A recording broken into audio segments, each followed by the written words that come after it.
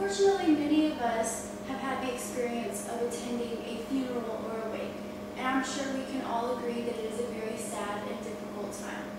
But have you ever wondered why things are done the way they are at a funeral or a wake? Funeral traditions around the world can vary depending on religion and culture. In Ireland, a traditional wake is still practiced today. So what exactly is a wake?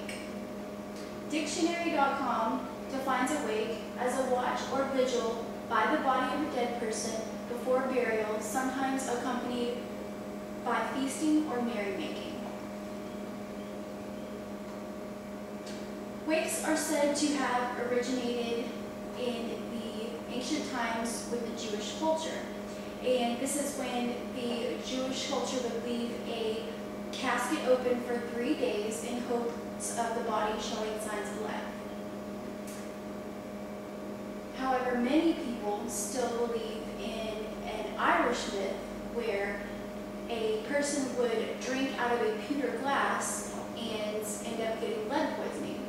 They would then go into a catatonic state, basically a coma for about a day or so, and the family would sit around and watch for the body to wake up. Today, Irish wakes are typically held in funeral parlors. However, some Irish families still hold a wake in what is called a wake house. This is typically the home of the deceased or a close relative.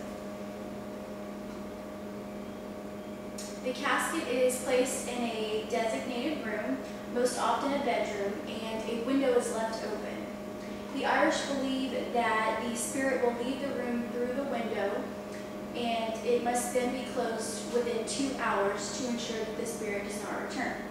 If anyone stands in front of or blocks the path to the window, then the spirit cannot leave, and the person who blocks the window will be said to have bad luck. If there are any mirrors in the room, those will be covered up. All the clocks in the house will be stopped at the time that the person died, and all of the curtains will be closed. And as you can see here, this is a picture of a traditional wake, possibly back towards the early 20th century. The casket has candles on the end of it, and those will be lit the entire time that the body is in the house. And in the right corner, you can see there are people sitting, socializing, eating and drinking. Basically, everyone just hangs out around the house, or in this case, the room, to talk, and that's what they do the entire duration of the wake. When you attend the wake, when you walk into the house, you will be greeted by a family member or a close friend of the deceased. You should shake hands with the family members and offer your condolences.